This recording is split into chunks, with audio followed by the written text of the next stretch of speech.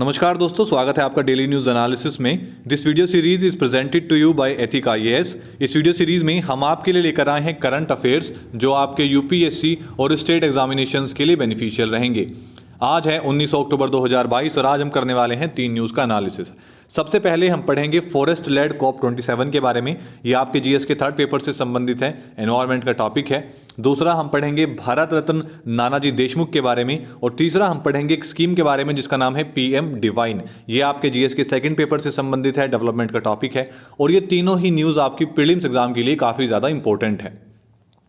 Video में आगे बढ़ने से पहले मैं आपसे रिक्वेस्ट करूंगा कि आप इस चैनल को सब्सक्राइब कीजिए और बेल आइकन जरूर दबाइए ताकि आपको नोटिफिकेशन मिल सके। अब बात करते हैं अपनी पहली न्यूज़ के बारे में। तो देखिए, द हिंदू के अंदर एक आर्टिकल छपा है जिसके अंदर ये कहा गया है कि अब हमें एक फॉरेस्ट लेड कॉप 27 की ज़रूरत है। और एक स्टडी पब्लिश की गई है जर्नल साइंस के अंदर। ये एक जर्नल है जो क्लाइमेट चेंज संबंधित इस जो इकोलॉजी से संबंधित इश्यूज़ हैं उनके ऊपर लिखता है। इसने कहा है कि हम अभी तक जो ग्लोबल हीटिंग अर्थ की हो चुकी है, देखिए ये माना जा रहा है कि लगभग 1.1 डिग्री ग्लोबल हीट हो चुकी है अर्थ पर। तो इनका कहना यह है कि हो सकता है कि हम 5 डेंजरस टिपिंग पॉइंट्स को पीछे छोड़ चुके हैं, हम ऑलरेडी पास कर चुके हैं इन्हें। तो इसके बारे में हम ये पढ़ेंगे कि जो हमारी फिलहाल करंट क्लाइमेट स्ट्रेटजीज है उनके अंदर क्या कमी है, क्या फ्लॉज उनके अंदर है कि हम सारी क्लाइमेट चेंज जो स्ट्रेटजीज हैं उनको फॉलो करते हुए भी ये 5 टिपिंग पॉइंट्स को हम पीछे छोड़ चुके हैं और हमारा ग्लोबल हीटिंग जो है वो धीरे धीरे बढ़ती ही जा रही है।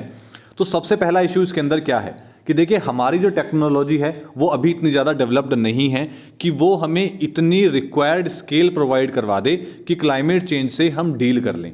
तो हम अभी भी अनप्रिपेयर्ड हैं क्लाइमेट चेंज को डील करने के लिए टेक्नोलॉजिकली। जो हमारी रिन्यूएबल सोर्सेज हैं वो बहुत लिमिटेड हैं। अब अगर आप इलेक्ट्रिसिटी बना रहे हैं तो जो नॉन एमिटिंग इलेक्ट्रिसिटी है जो कि हाइड्रो पावर से या फिर रिन्यूएबल एनर्जी से, न्यूक्लियर फिजन से बनती है, उस एनर्जी के अंदर जितनी भी ये इलेक्ट्रिसिटी बन रही है नॉन एमिटिंग जो है, इसका मतलब ये होता है ऐसी एनर्जी जो direct green house gases release नहीं करती, जिसका जो डायरेक्ट रिजल्ट रहता है वो रहता है फ्यूल कंबंशन का।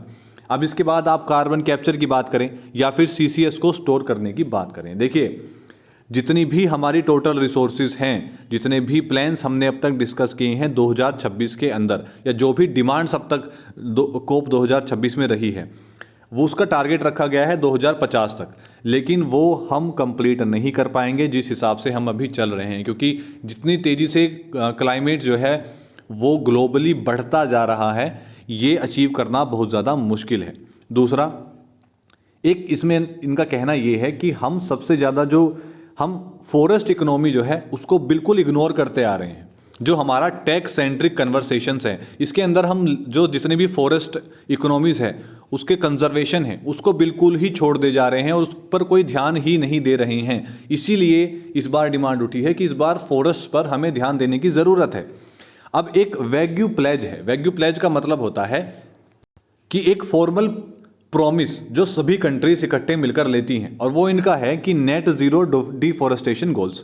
अब देखिए, अगर कोई भी कंट्री एक मोनोकल्चरल फार्मिंग को फॉलो करती है तो वो ईजिली इस टारगेट को अचीव कर सकती है, लेकिन इसकी वजह से कोई खासी मदद नहीं मिलने वाली है क्लाइमेट चेंज को ठीक करने में या क्लाइमेट चेंज के इस इशू को रिड्यूस करने में।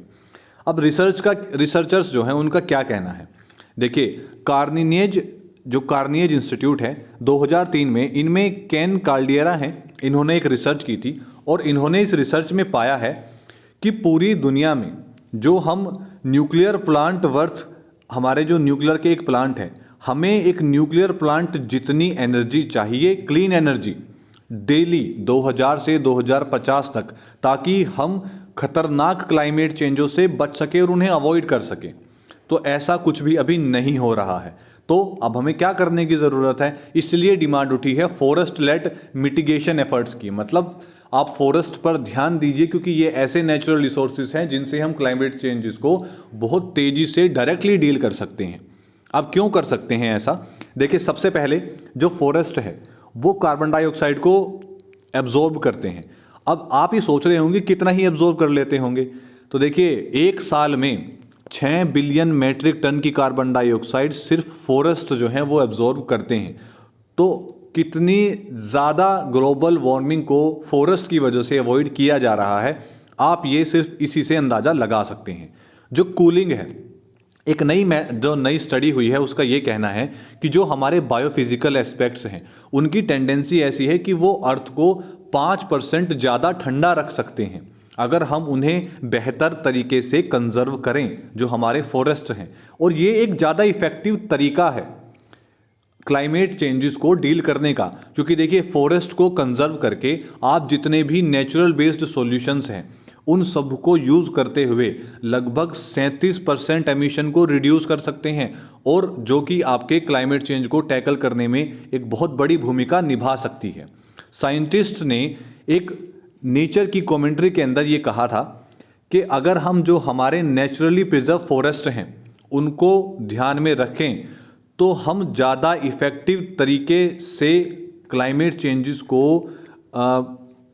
टैकल कर सकते हैं, बजाय उन फॉरेस्ट से जो नेचुरली या मैनुअली प्लांट किए जाते हैं। इनका बेसिकली कहना यह है कि जो फॉरेस्ट अभी हमारे पास हैं अगर हम उन्हें प्रिजर्व रखें तो हम उनसे 40% ज़्यादा इफेक्टिव तरीके से क्लाइमेट चेंजेस के अंदर जो होने वाले डिजास्टर्स चेंजेस हैं उनसे बच सकते हैं, बजाय इसके कि हम मैनुअली ऐसे फॉरेस्ट बनाएं।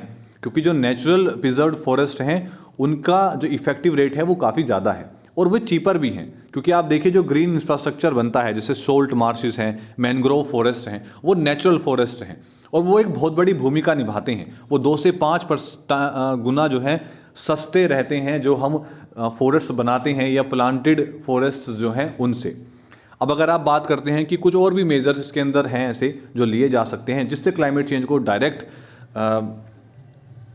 डील किया जा सकता है, वो क्या है?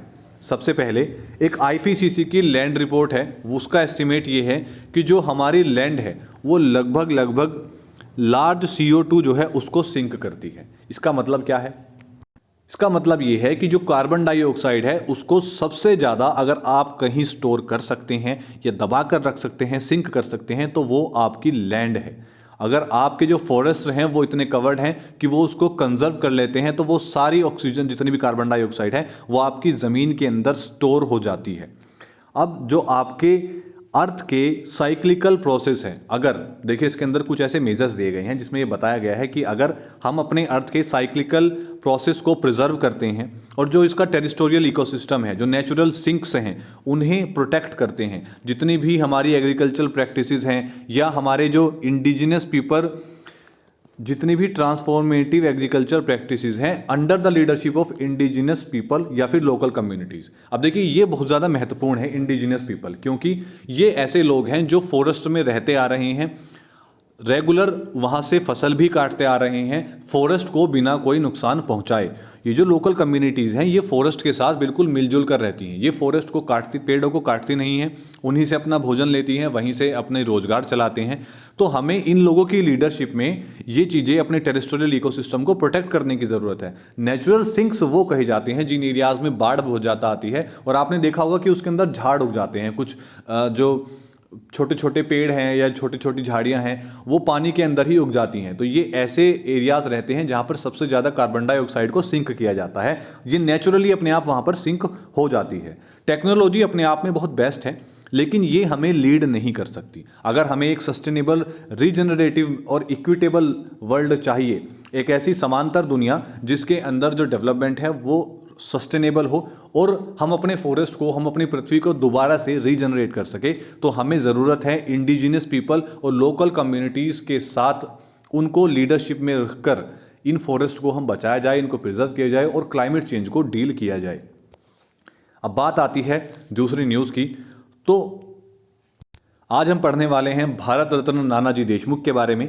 नानाजी देशमुख का जो जन्म हुआ था वो 11 अक्टूबर 1916 को महाराष्ट्र की हिंगोली डिस्ट्रिक्ट में हुआ था। इनका जो कंट्रीब्यूशन रहा है, ये एक सोशल रिफॉर्मर रहे हैं, एक एजुकेशनिस्ट रहे हैं, पॉलिटिशियन रहे हैं जनता पार्टी के। इन्होंने एस्टेब्लिश किया था भारत की पहली रूरल यूनिवर्सिटी को, जिसका नाम था चित्रकूट ग्रामोदय विश्वविद्यालय। ये सबसे ज़्यादा इन्फ्लुएंस रहे हैं लोकमान्य तिलक और उनकी नेशनलिस्ट आइडियोलॉजी से। इनका एक बहुत एक्टिव पार्टिसिपेशन रहा है। आचार्य विनोबा भावे के भूदान आंदोलन में देशमुख जो हैं ये एक मेन फोर्स रहे हैं सोशल एक्टिविस्ट की, जो जयप्रकाश नारायण द्वारा चलाया गया था टोटल रेवोल्यूशन, एक एजिटेशन चलाया गया था एज अ टोटल रेवोल्यूशन। 2019 में प्रेसिडेंट ऑफ इंडिया ने इन्हें मरणोपरांत भारत रत्न दिया है फॉर हिज सर्विस। इन्होंने जितना भी काम हमारे देश के लिए किया है उसके लिए इन्हें भारत रत्न से सम्मानित किया गया है। इनकी जो वैल्यूज़ रही हैं वो रही है कंपैशन की, लोगों को सर्व करने की, पेट्रियोटिज्म की और पॉलिटिकल एक्यूमेन की। ये चाहते थे कि पॉलिटिकली चीज़ें जो हैं वो बहुत सरल तरीके से और बहुत साफ चलें।